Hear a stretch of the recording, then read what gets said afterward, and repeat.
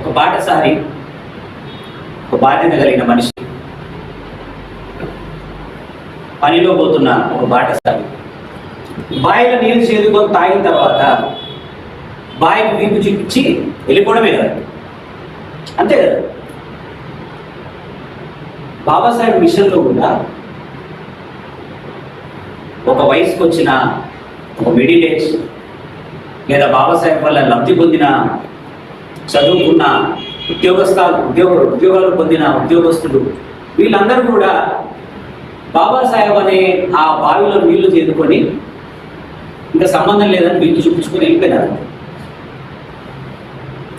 కానీ చాలా చిన్న వయసు నుంచి యువత ఎవరైతే ఉంటారో వాళ్ళు బావి దగ్గరికి ఎందుకు వస్తారు? కేవలం నీళ్ళు ఆడడానికి వస్తారా? బావిలో ఆడుకుంటారు, బావిలో ఈత కొడతారు, రోజంతా బావిలో ఈత కొట్టి ఇంటికి పోతారు.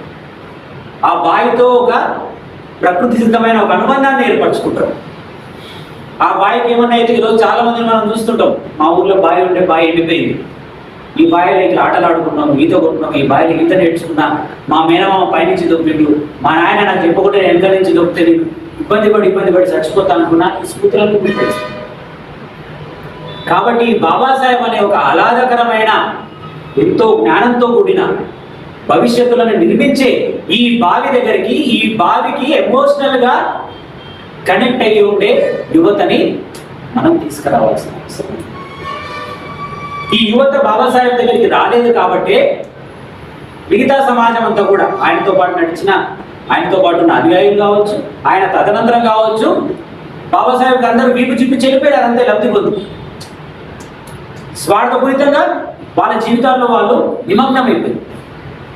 కానీ ఒక సందర్భం, ఒక ఉదాహరణ, ఒక యువత, ఒక విద్యార్థి ఆ దశలో, ఆ వయసులో బాబాసాహెబ్ గురించి తెలిస్తే, ఈ ఆలోచన గురించి తెలిస్తే, ఈ ఆలోచన యొక్క భవిష్యత్తు గురించి తెలిస్తే, ఈ ప్రజలు, ఈ సమాజం పడుతున్న బాధల గురించి తెలిస్తే ఏ రకంగా ఉంటుంది అనేది బాబాసాహెబ్ జీవితంలో నుంచే మనం తెలుసుకున్నాం. ఇది విద్యార్థులకు నిరూపించడం.